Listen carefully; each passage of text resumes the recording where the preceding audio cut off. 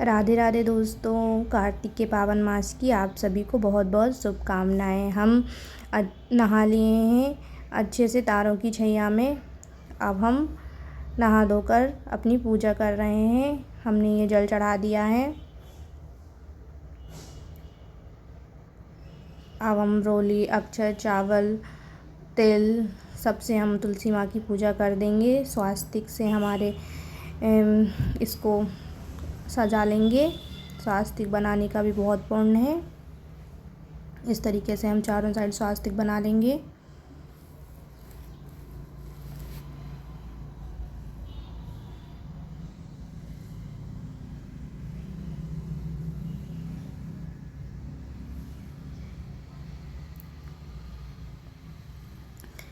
कार्तिक मास का पावन महीना, जिसमें भगवान विष्णु, तुलसी माता और श्री कृष्ण की विशेष पूजा की जाती है।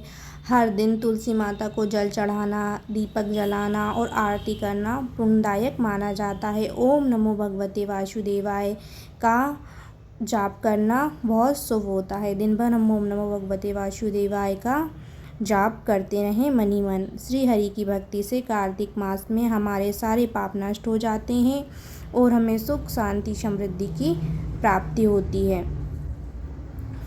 आप पूजन करने के बाद इस तरीके से वस्त्र स्वरूप मोली चढ़ा देंगे। आप चुनरी भी चढ़ा सकते हैं।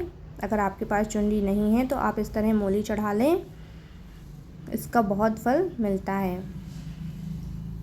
अब हम दीपदान करेंगे। दीपदान का भी कार्तिक मास में बहुत महत्व है। हमें अंधेरे में दीपदान करना रहता है। तो अभी देखिए अंधेरा हो रहा है, हम इस समय दीपदान करेंगे। जितने चाहें आप उतने दीपक जला सकते हैं आपकी श्रद्धा अनुसार। दीप प्रज्वलित करके हम तुलसी माता की हमारी आरती करेंगे, तुलसी चालीसा करेंगे भक्ति भाव से। और हम आरती दिखा देंगे इस तरीके से भगवान को। सूर्य भगवान को जल अर्पण करेंगे और परिक्रमा देंगे तुलसी माता की। 7, 21, 108 जितनी आपसे बन सकें परिक्रमा करें।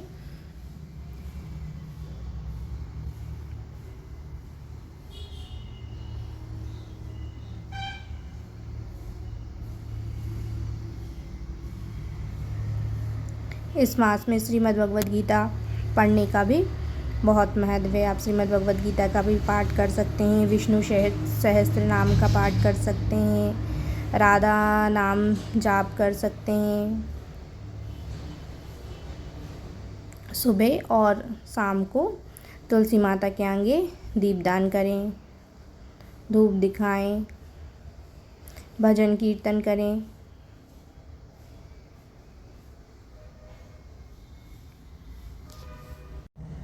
अब हम कार्तिक मास की कथा सुनेंगे। कार्तिक मास कथा अध्याय 6। नारद जी बोले, जब रात में 2 घड़ी का समय शेष हो जाए तब तुलसी की मृत्तिका, शुद्ध वस्त्र तथा कलश लेकर जलाशय के पास जाएं। कार्तिक मास में जहाँ जहाँ भी जलाशय हो वहाँ स्नान करना चाहिए। ठंडे जल में स्नान करने का फल गर्म जल की अपेक्षा 10 गुना अधिक है और बाहरी कुएं, साधारण कुएं के जल में स्नान करने का फल उससे 100 गुना अधिक है। उससे अधिक पुण्य बावड़ी पानी भंडारण स्थान में स्नान करने से मिलता है। उससे भी अधिक पुण्य पोखर में स्नान करने से, और उससे 10 गुना पुण्य झरने जल प्रताप में स्नान करने से, और उससे भी अधिक पुण्य नदी में स्नान करने से। और जहाँ 2 नदियों का संगम हो वहाँ पुण्य और भी अधिक होता है। यदि 3 नदियों का संगम हो तो पुण्य की कोई सीमा नहीं रहती। अब हम एक कार्तिक मास की पौराणिक कथा भी सुन लेते हैं।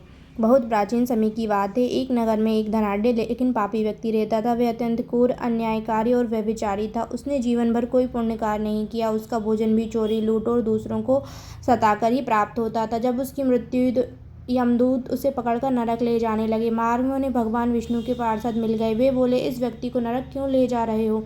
यमदूत बोले, ये पापों से भरा हुआ जीव है। जीवन भर इसने कोई धर्म का कार्य नहीं किया। विष्णु के पार्षद बोले, तुम्हें जानकारी नहीं है। इसने अपने जीवन में केवल एक बार कार्तिक मास में स्नान किया था, वह भी गलती से एक बार। यह किसी नदी किनारे गया था और कार्तिक पूर्णिमा का दिन था। स्नान करने के बाद